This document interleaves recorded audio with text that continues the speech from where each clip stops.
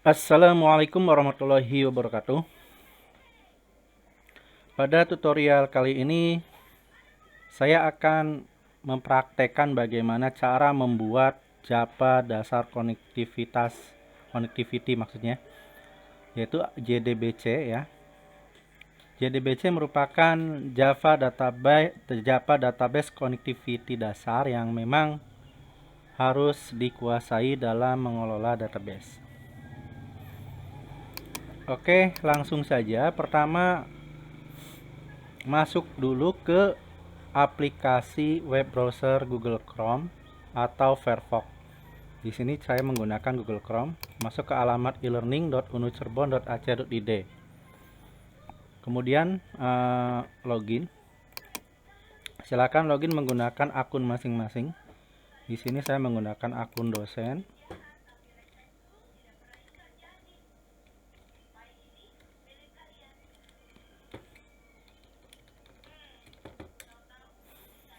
Oke, jika sudah berhasil login, misalkan, oke, ini saya akan contoh pemrograman berorientasi objek 2 ya. Jadi di sini di pertemuan 3 tanggal 19 Oktober 2020 tepatnya ada beberapa materi yang harus dipelajari ya. Nah, ini materinya. Jadi JDBC kepanjangan dari Java Database Connectivity yang merupakan Java API standar untuk konektivitas mandiri database antara bahasa pemrograman Java dan berbagai macam database. Jadi selain MySQL, JDBC bisa diterapkan ke database lain, misalkan ke SQL Server, Oracle, dan lain-lain. Library JDBC atau pustaka JDBC menyertakan API untuk setiap tugas yang disebutkan di bawah ini, yaitu pertama membuat koneksi database. Nah, kita nanti akan mempraktekkan bagaimana cara membuat koneksi ke database ya. Kemudian membuat pernyataan SQL atau MySQL, perintah-perintah SQL, menjalankan query ya. Untuk menjalankan query ini ada untuk insert atau input data, kemudian update, delete, dan tampil data. Kemudian melihat dan memodifikasi rekaman yang dihasilkan. Jadi nanti hasilnya ditranslasikan ke bahasa pemrograman Java. Oke, silakan ini dibaca saja materinya. Saya akan langsung ke praktikum. Ya, di dalam praktikum ini yang harus kalian siapkan yaitu tentunya nih prosesor Celeron ya. Maksudnya nih rekomendasi hardware ya. Direkomendasikan sih Core i3 ya, atau AMD juga boleh, AMD yang memang sekuat Core i3 ya. Kemudian bisa laptop atau PC ya, menggunakan RAM 2 GB, memorinya rekomendasi 4 GB. Kemudian software minimal NetBeans 6. Jika kalian sudah install NetBeans di atasnya juga nggak ada masalah sih sebetulnya, cuman kalau untuk latihan atau belajar saya disarankan NetBeans 6 dan JDK 1.6 ya. Kemudian MySQL versi 5.6 ke atas. Kemudian SAMPP yang biasanya di dalamnya sudah ada web server Apache ataupun database MySQL. Nah, di SAMPP kita nanti bisa mengakses PHPMyAdmin. Kemudian tools tambahan atau aplikasi tambahan menggunakan MySQL Query Browser. Baik, langsung saja. Pertama, seperti biasa buka aplikasi NetBeans ya. Nah, ini saya sudah buka. Nah, di sini kita akan membuat satu database dan tabel user ya. Database dan tabel user. Nah, nanti saya akan membuat database menggunakan MySQL Query Browser. Nah, nanti kita akan coba praktekkan juga cara mengkonekkan lewat NetBeans dan cara mengkonekkan lewat MySQL Query Browser. Jadi di sini ada project, files, dan service. Nah, ini di sini ada database ya. Oke. Baik, saya mungkin akan menjelaskan dulu mempraktekkan cara membuat database menggunakan MySQL Query Browser ya. Nah, silakan jika kalian belum ada MySQL Query Browser bisa diinstal. terlebih dahulu. Oke, ini saya sudah ada. Oke, koneksi server hostnya localhost, username-nya root, passwordnya kosong. Misalkan ini saya kosongin dulu database-nya, nanti dibuat manual. Ini ignore saja. Oke, ini sudah masuk. Kita bikin database baru. Misalkan ini diklik kanan aja di sini ya, klik kanan, create new schema. Misalkan DB SIMAK. Kita akan ambil studi kasus sistem informasi akademik kampus ya, yang sederhana. Database-nya namanya db_simak. Nah, ini double klik aja. Double klik tuh supaya default database yang dipilih ya. Bisa di double klik atau kalau ini bisa pakai use ya. Misalkan sebelumnya apa namanya sebelumnya ke sini, misalkan sebelumnya ke sini. Nah, ini kan tes ya defaultnya. Nah, misalkan kita mau pindah ke db_simak, db_simak, kita bisa gunakan perintah use db_simak. Nah, ini ada gambar icon ini, diklik aja. Nah, nanti langsung masuk ke sini lagi. Oke. Sekarang kita akan bikin tabelnya, tabel user. Klik kanan, create new table. Kasih namanya tbl underscore user misalnya. Kemudian bisa di-apply.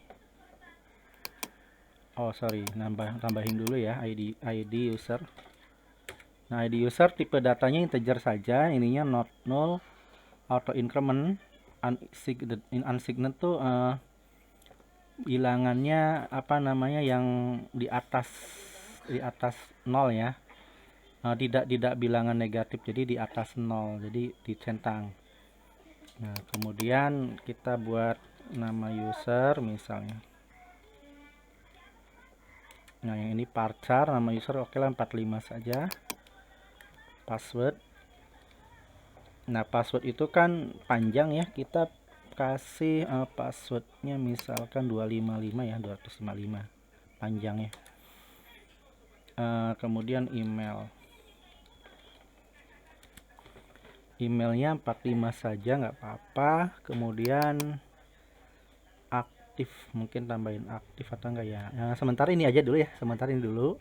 Jadi kita akan membuat 4 kolom ya, 4 kolom tabel user ini nanti kita langsung implementasikan ke dalam Java. Oke, kalau sudah di-apply. Nah, ini query-nya.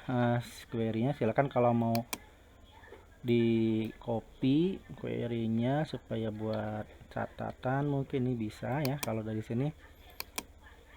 Nah, kita bisa copy di sini. Nah, nanti kita bisa modifikasi, artinya kalau kita buat query seperti ini bisa sama saja ya. Sama saja kita bikin ini cara bikin tabel user ya seperti ini. Oke, kita bisa langsung execute saja. Nah, kita bisa lihat di sini. Kita klik 2 kali tabel usernya. Nah, kalau klik 2 kali berarti kan dia ada select bintang from table user ya.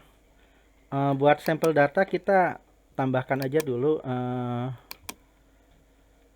contoh datanya deh.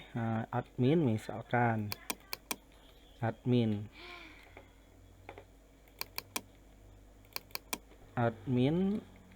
@gmail.com, ini contoh aja ya, terus di apply. Oke, ini untuk memasukkan data user menggunakan MySQL Query Browser. Jadi kita sudah berhasil membuat tabel user dengan database DB SIMAK ya. Selanjutnya kita akan memanggil di NetBeans nih. Bagaimana cara memanggil tabel user tadi yang sudah kita buat ya. Nah, masuk ke service, kemudian di database, klik kanan database, pilih new connection. Nah, di driver ini kita milih yang MySQL-nya ya. Nah, MySQL. Kemudian next. Nah, tadi hostnya localhost ya, portnya 3306. Oke. Database-nya db_simak ya. Oke. Usernya root, password kosong, ini di remember password aja. Terus test connection. Nah, kalau connection sukses berarti sudah berhasil. Nah, ini nanti yang akan kita pakai nih di Japa ya. Link ini yang akan kita pakai. Kemudian next. Oke, kemudian finish. Oke. Nah, kita bisa lihat di sini sudah ada database-nya. Nah, ini yang di huruf tebal ini yang akan kita gunakan. Nah, kita bisa klik kanan di tabel user ini, klik view data. Oke, kita cek. Nah, ini hasilnya. Select bintang from tabel user. Oke, jadi untuk menampilkan data, select bintang from tabel user, ini hasilnya. Nah, nanti kalau kita mau coba untuk input data misalnya, oke, kita coba input data ya. Insert into tabel user. Nah, misalnya ini dimasukin dulu nama user, kolom-kolomnya, password, email. Oke, 3. Ya, kenapa ID usernya kita nggak sertakan? Karena si ID user itu dia udah auto increment ya. Auto increment itu artinya dia sudah nambahkan secara otomatis ya. Nah, kalau kita akses lewat localhost phpMyAdmin juga bisa ya. Masuk ke localhost, nanti masuk ke phpMyAdmin. Kita tunggu. Nah, ini sudah terbuka. Nah, kita buka yang db_simak ya di sini. Nah, di db_simak tuh kita lihat diklik nih tabelnya. Kalau kita lihat di strukturnya itu dia sudah auto increment. Nah, ini auto increment tuh dia apa namanya, nomornya otomatis ID-nya ya. Jadi ini saya di sini sudah mempraktekkan 3 cara menggunakan database MySQL ya. Pertama, MySQL Query Browser. Kemudian yang kedua menggunakan NetBeans-nya langsung di service. Yang ketiga menggunakan phpMyAdmin ya. Jadi sebetulnya sama saja caranya, hanya saja beda tools atau aplikasi atau software ya. Oke. Di sini kita akan lanjut. Misalkan kita masih menggunakan NetBeans nih, insert into tabel user. Nah, di sini ada values ya, values untuk parameter yang mau diinput. Nah, sebelumnya udah admin 1. Oke, kita misalkan Andi lah contoh ya. Nah, ini kan pakai petik Andi.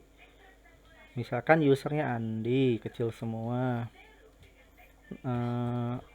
Passwordnya Andi lagi contoh ya. Emailnya andi@gmail.com.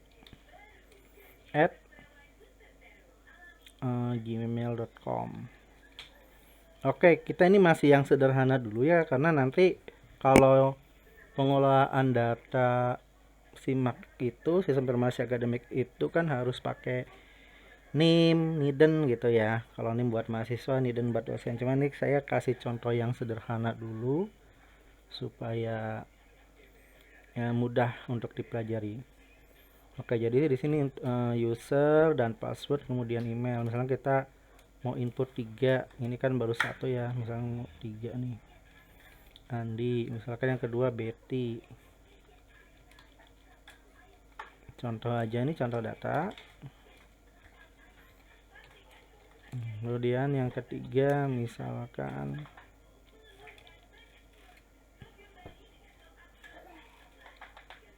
apa ya, Cindy lah contoh. Oke, saya menambahkan lagi 3, langsung input dari sini database ya. Nah, kalau sudah kita bisa execute run SQL. Nah, kita lihat nih ada error baris 1. Kita cek insert into tbl underscore user, nama user, password, email, values. Nah, kita cek di baris ke-1 ya. Nama user,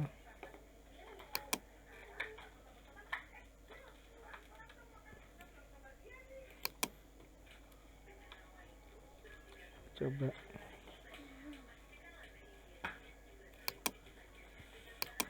masih error ya, kita coba di sini deh. Error kenapa nih? Insert into,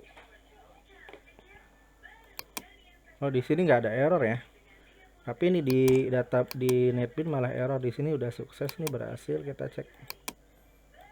Nah, bisa. Jadi sebetulnya ini nggak ada error ya query-nya, cuman di NetBeans-nya kok kenapa ada error ya. Nah, oke lah, yang penting kita bisa ngasih contoh dulu ya. Ini untuk input data, query-nya betul seperti ini ya, nggak ada error harusnya. Jadi tadi mungkin di apa namanya, di NetBeans-nya bermasalah. Ini kalau udah ada inputan untuk seperti ini, udah query, jadi tinggal execute saja ya. Jadi kita tampilkan lagi. Nah, misalkan kita mau ngosongin data ini nih, tabel ini, misalkan tabel itu dikosongin lagi, truncate ya, perintahnya truncate. Oke, kita langsung pakai SQL query browser aja ya, pakai MySQL query browser. Nah, ini kosong, terus kita klik 2 kali lagi ini. Nah, ini kosong ya, karena tadi pakai truncate. Jadi truncate itu untuk mengosongkan data. Nah, kita insert lagi. Oke. Ya, jadi tugas kita pertama nanti bikin tabel ya, bikin tabel. Buat dulu database sih, create database dulu.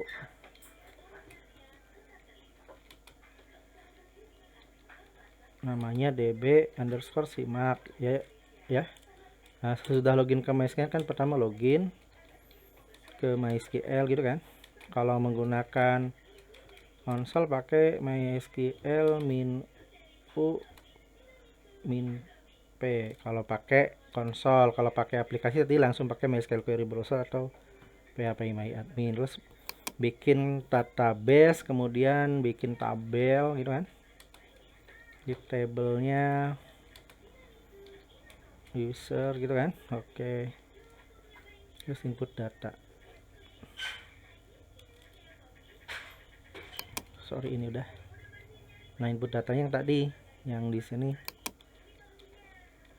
Oke. Ya, seperti itu untuk bikin database-nya dulu ya. Jadi nanti kalau kita bisa cek di sini cuma bisa ngecek untuk menampilkan data saja ya. Tadi coba input data nggak bisa.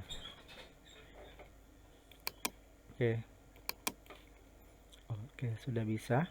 Nah, selanjutnya kita nanti akan membuat untuk di aplikasi NetBeans atau Java-nya. Oke.